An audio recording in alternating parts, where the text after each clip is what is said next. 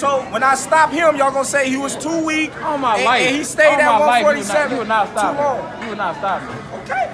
Crazy. Be careful what you're smoking on. Breaking news. The myth, the legend, the GOAT himself. Floyd Mayweather gave his reaction to Errol Spence versus Crawford fight, where he said, quote, "If I was training Spence or I was in his corner, I don't think he should be fighting at 147 at all. I don't think he should be fighting at 154 pounds. I think he should be fighting at 160 pounds or 168 pounds." End of the quote.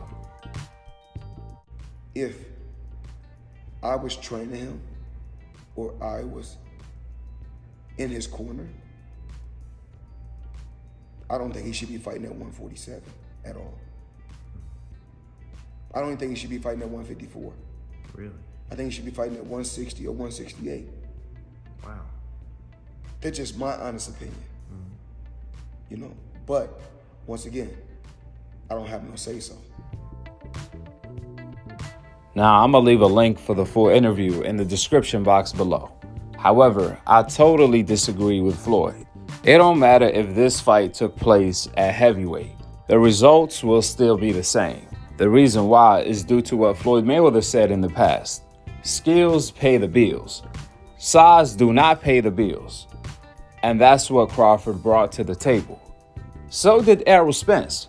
However, Crawford showed us that he's on another level. Crawford can do something that Errol Spence can't do, and that's turn Super Saiyan.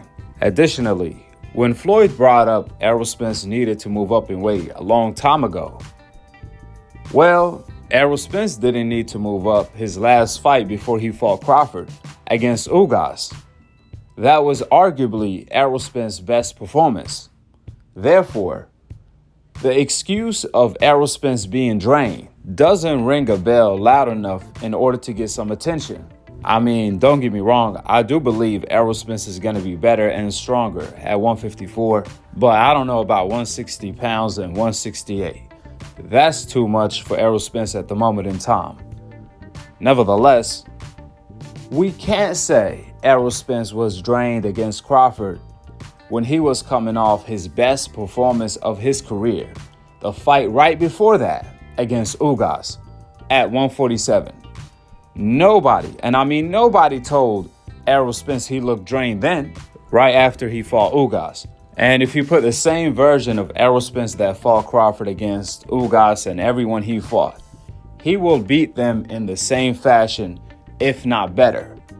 So clearly, the only thing that was wrong with Errol Spence is Bud. Bud Crawford was all wrong for Errol Spence because that Bud was laced. Yeah, Errol Spence is Jamaican. However, he wasn't ready for that type of Bud.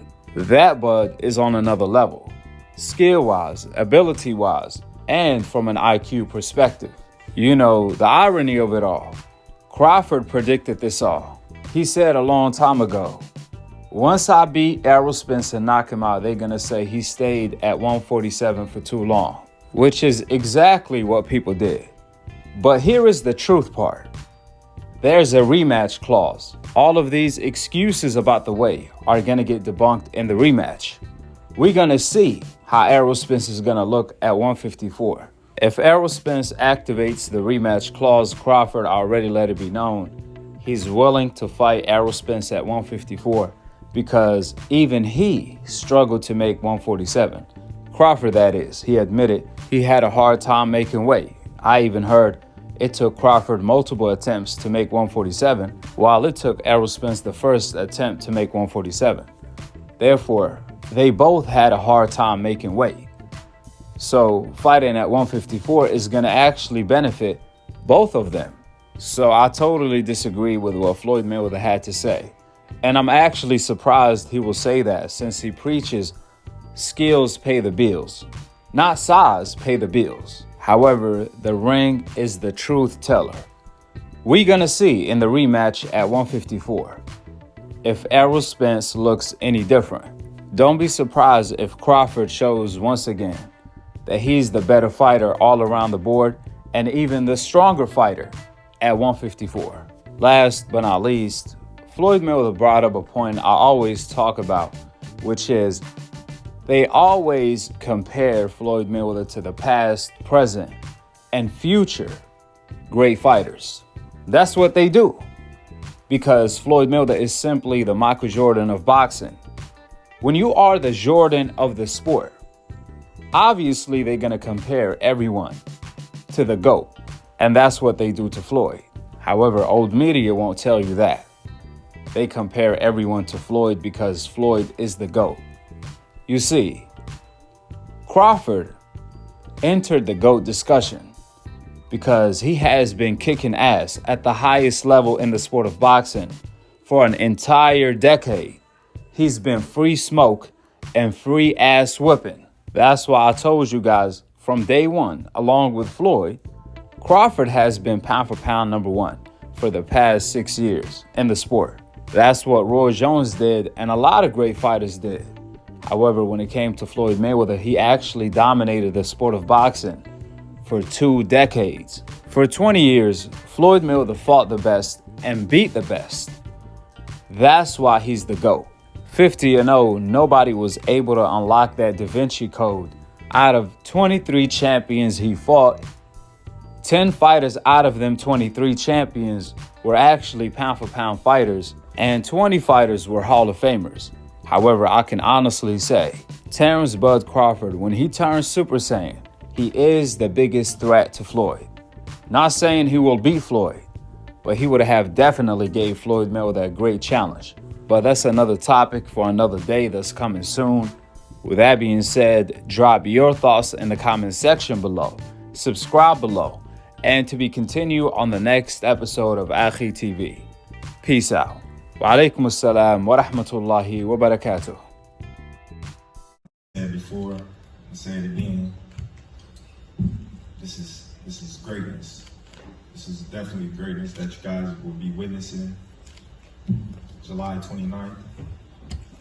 I've been preparing my whole life for this moment right here. Moments like these, they don't come often.